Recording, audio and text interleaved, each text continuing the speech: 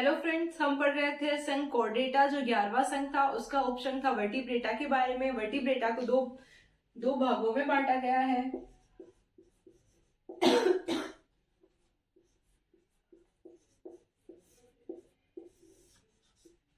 एक था Agnatha,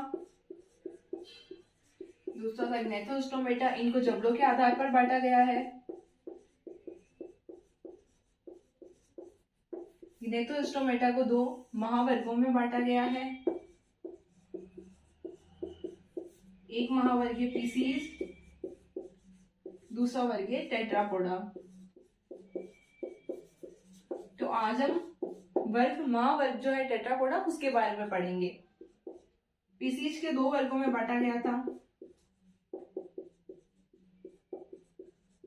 कॉन्डिक these तथा ऑस्टिक थीस। टेट्रापोडा को 4 वर्गों में बांटा गया है। एक है एम्फीबिया, दूसरा है सरीसृप, तीसरा है एवीज, चौथा है स्तनधारी। तो आज हम महावर्ग टेट्रापोडा के बारे में पढ़ेंगे। पिछली क्लास में हमने महावर्ग पीसीज के बारे में पढ़ा था। पीसीज के बारे में हमने क्या पढ़ा था कि पीसीज में वास्तविक मछलियों को रखा जाता है। इनमें जो पाई जाती है ओनली फॉर मछलियां पाई जाती है, तो हमने इसको पीसीज महावर्ग में रखा था। हमने इन दोनों वर्गों के बारे में पढ़ा था, कॉन्टिक थीस तथा ऑस्टिक थीस, दोनों वर्गों के बारे में पढ़ा था। तो जो वर्ग कॉन्टिक थीस था उनमें क्या होता था, उपास्थि होती थी। वो जो पृष्ठरज्जु नोटोकार्ड होती थी वो उपास्थि के रूप में होती थी, तथा ऑस्टिक थीस में जो पृष्ठरज्जु होती थी वो अस्थिल रूप में होती थी, यानी अस्थि के रूप में पाई जाती थी। जो कॉन्टिक थीस थी इसमें इसकी विशेषता थी कि इनकी कुछ मछलियों में विद्युत अंग तथा विषदंश पाए जाते थे।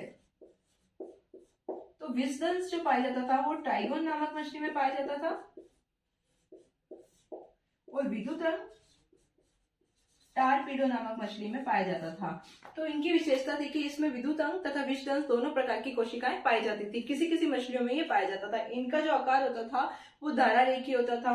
कॉन्डिस थीस तथा ऑस्टिक थीस, इन दोनों प्रकार की जो मछलियां हैं ये दोनों असमतापी है। असमतापी मतलब होता है कि ये ताप का नियंत्रण स्वयं नहीं कर सकती है, तो हम इनको बोलते हैं असमतापी मछलियां। इन दोनों के जो हृदय हैं वो एककालीन तथा मतलब कि 2 प्रकोष्ठ इनमें पाए जाते हैं। 2 प्रकोष्ठ मतलब एक आलिन तथा एक नीले पाया जाता है। कॉन्डिक थीस तथा ऑस्टिक थीस की दोनों की विशेषता है कि इनमें हृदय जो होते हैं वो 2 प्रकोष्ठ में पाए जाते हैं, एक आलिन तथा एक नीले पाया जाता है। फिर हमने कॉन्डिक थीस के बारे में पढ़ा था कि ये जो होते हैं सिर्फ समुद्रवासी होती है, और ऑस्टिक थीस जो होती है वो समुद्रवासी भी होती है, यानी कि लवण तथा अलवण दोनों जल में रह सकती है, तथा एक्वेरियम की जो मछलियां होती है वह भी ऑस्टिक थीस की ही होती है। तो हमने इन दोनों वर्गों के बारे में पढ़ा था। आज हम स्टार्ट करेंगे महावर्ग टेट्रापोडा के बारे में। टेट्रापोडा के 2 वर्ग एम्फीबिया या सरीसृप या एवीज तथा स्तनधारी के बारे में हम पढ़ेंगे।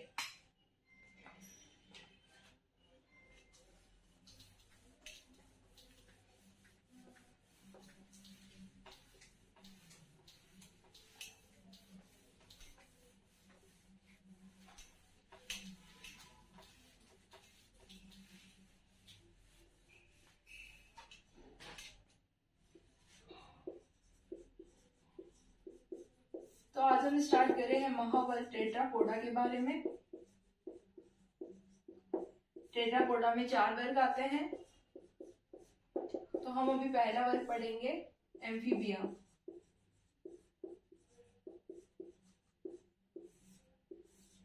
एम्फीबिया के बारे में हम पढ़ेंगे। एम्फीबिया 2 शब्दों से मिलकर बनाई। ग्रीक भाषा जो होती है उसको हम मृत भाषा भी बोलते हैं, इसको हम लैटिन भाषा भी बोलते हैं। ये 2 शब्दों से बना है, एम्फी तथा फिबिया।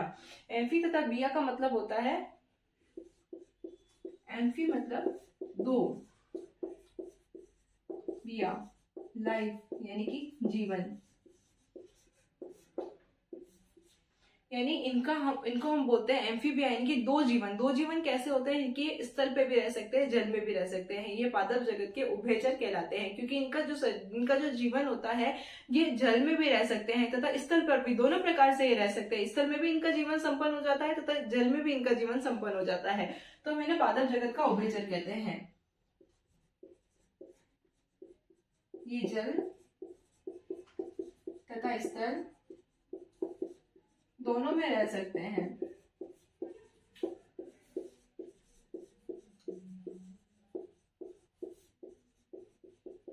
इसलिए इनको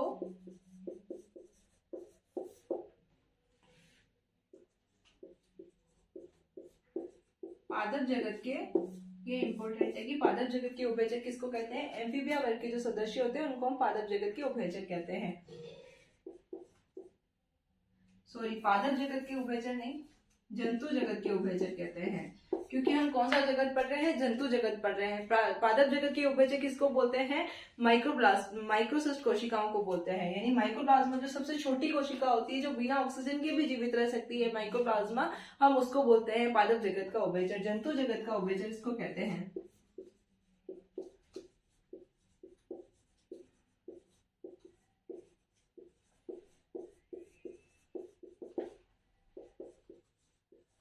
इनका शरीर नमी युक्त होता है, यानी बहुत कोमल होता है।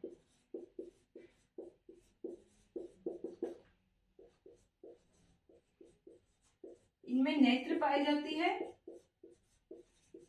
तथा नेत्र पलक भी पाई जाती है। जिस प्रकार से हमारे आंखों पे पलक पाई जाती है, इस प्रकार से इसके जो सदस्य होते हैं इनमें नेत्र पलक भी पाई जाती है।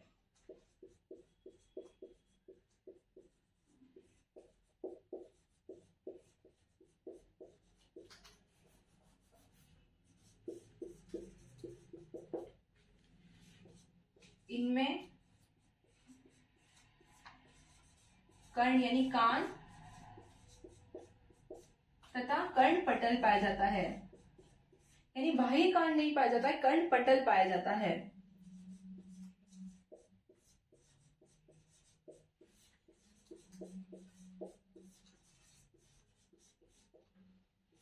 ये जो सदस्य होते हैं, एम्फीबिया के सदस्य होते हैं, जल तथा स्थल दोनों में रह सकते हैं, इसलिए हम इसको बोलते हैं जंतु जगत के उभयचर होते हैं। इनकी जो त्वचा होती है वो बिल्कुल नमी युक्त होती है तथा इनको हम क्या बोलते हैं, इनमें कर्ण पाया जाता है, कर्ण पटल पाए जाते हैं। बाह्य कर्ण नहीं पाए जाते, लेकिन कर्ण पटल इनमें उपस्थित होता है। इनके शरीर जो होता है नमी युक्त होता है। इनमें नेत्र पाई जाती है, नेत्र पलक भी पाई जाती है। इनकी और भी विशेषता है।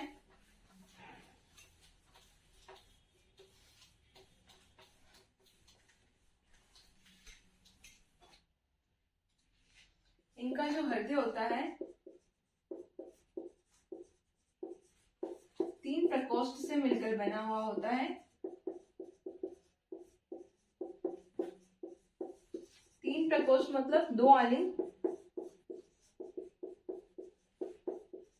तथा एक नीले पाया जाता है।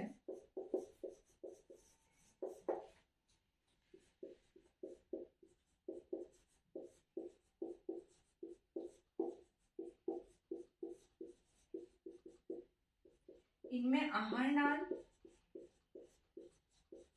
यानी कि भोजन जिसे ग्रहण करते हैं, भोजन जिसे अंदर जाता है, आहार नाल, उत्सर्जन,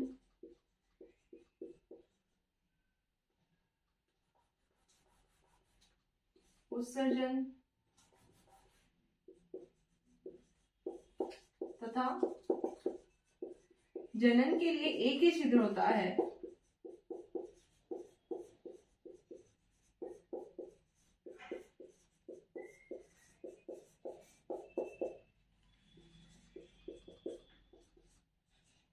इसके उदाहरण है मेढक। मेढक को बोलते हैं, इनका मोल्डे का जूलॉजिकल नाम होता है राना ट्रिगिना।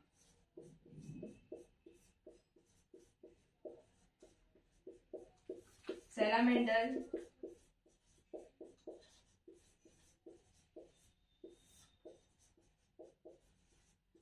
आदि। तो हमने क्या पढ़ा, एम्फीबिया वर्ग के बारे में पढ़ा। एम्फीबिया वर्ग को पादप जंतु जगत का उभयचर भी कहते हैं तथा इसमें क्या होता है, नेत्र पाई जाती है, नेत्र पलक पाई जाती है, आहार नाल उत्सर्जन तथा जनन के लिए एक ही छिद्र इनमें पाया जाता है। इनका जो हृदय होता है वो 3 प्रकोष्ठीय होता है, 2 आलिंद होता है, एक नीले होता है। इनका जो शरीर होता है अत्यंत नमी युक्त होता है।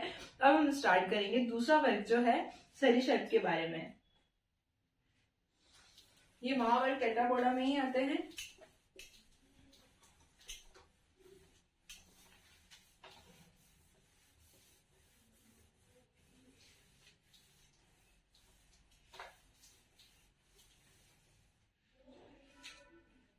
तो जो दूसरा वर्ग है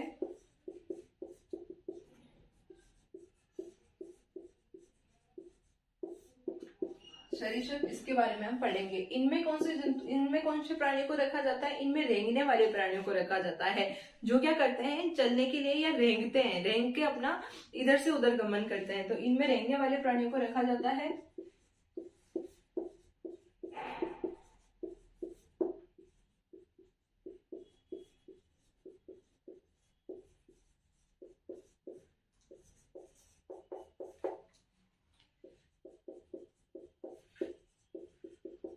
इनके हृदय में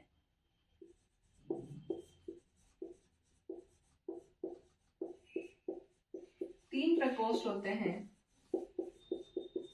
3 प्रकोष्ठ यानी 2 आलिंग तथा 1 नीले हो गया। इनके हृदय में 3 प्रकोष्ठ होते हैं, 2 आलिंग तथा 1 नीले।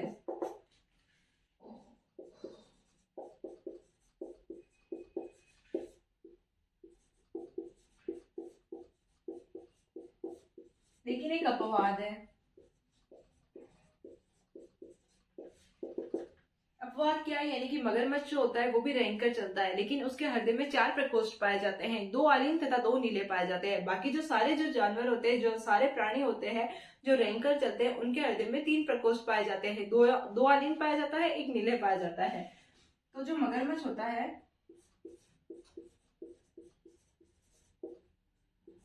मगरमच्छ में 4 प्रकोष्ठ पाए जाते हैं।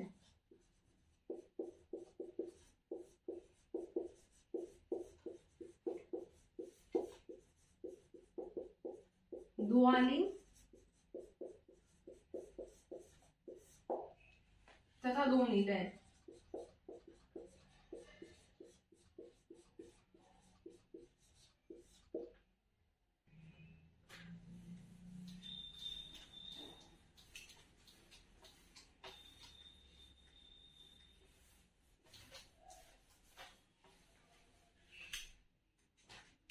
इनमें केराटिन एक प्रोटीन होता है। तो केराटिन द्वारा निर्मित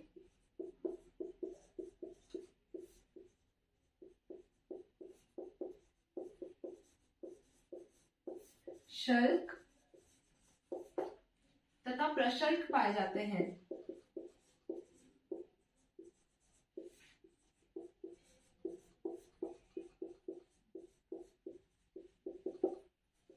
तो इसमें कर्ण छिद्र नहीं पाया जाता है।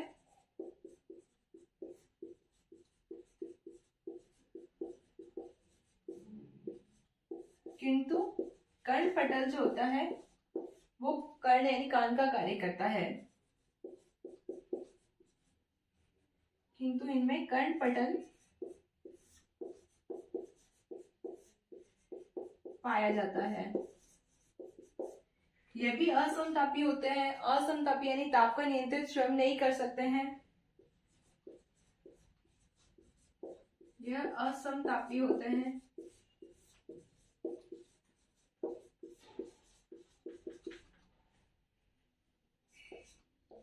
नर तथा मादा अलग अलग होते हैं।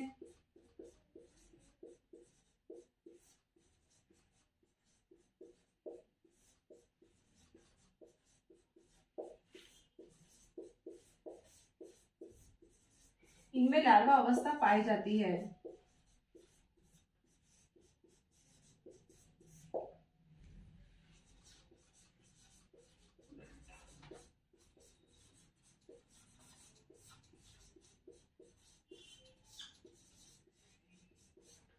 यानी हमने आज सरीसृप के बारे में पढ़ा। सरीसृप में क्या होता है, केरोटीन द्वारा निर्मित शल्क तथा प्रशल्क पाए जाते हैं। जैसे मछलियों में इस प्रकार से शल्क पाए जाते हैं, इनमें भी एक आवरण पाया जाता है केरोटीन का, उसमें शल्क तथा प्रशल्क पाए जाते हैं। ये असमतापी होते हैं, यानी ताप का नियंत्रण जो होते हैं ये स्वयं नहीं कर सकते हैं। तथा इनमें जो सरीसृप आते हैं इनमें रेंगने वाले प्राणी को रखा जाता है, यानी कि जो रेंग कर चलते हैं उन सदस्यों को इनको इनमें रखा जाता है। इनमें कर्णपटल यानी कान जैसा छिद्र नहीं पाया जाता, यानी कि किंतु कर्णपटल पाई जाती है जो इसका कार्य करती है। तथा इनमें ये असमतापी होते हैं। नर तथा मादा अलग अलग होते हैं तथा इनमें जो निषेचन होता है वह बाह्य होता है। तो आज हमने कौन से 2 वर्ग के बारे में पढ़ा? टेट्रापोडा महावर्ग के 2 वर्गों के बारे में पढ़ा। एक तो पढ़ा हमने एम्फीबिया के बारे में, एक पढ़ा हमने सरीसृप के बारे में। अगली क्लास में हम एवीज तथा स्तनधारियों के बारे में पढ़ेंगे।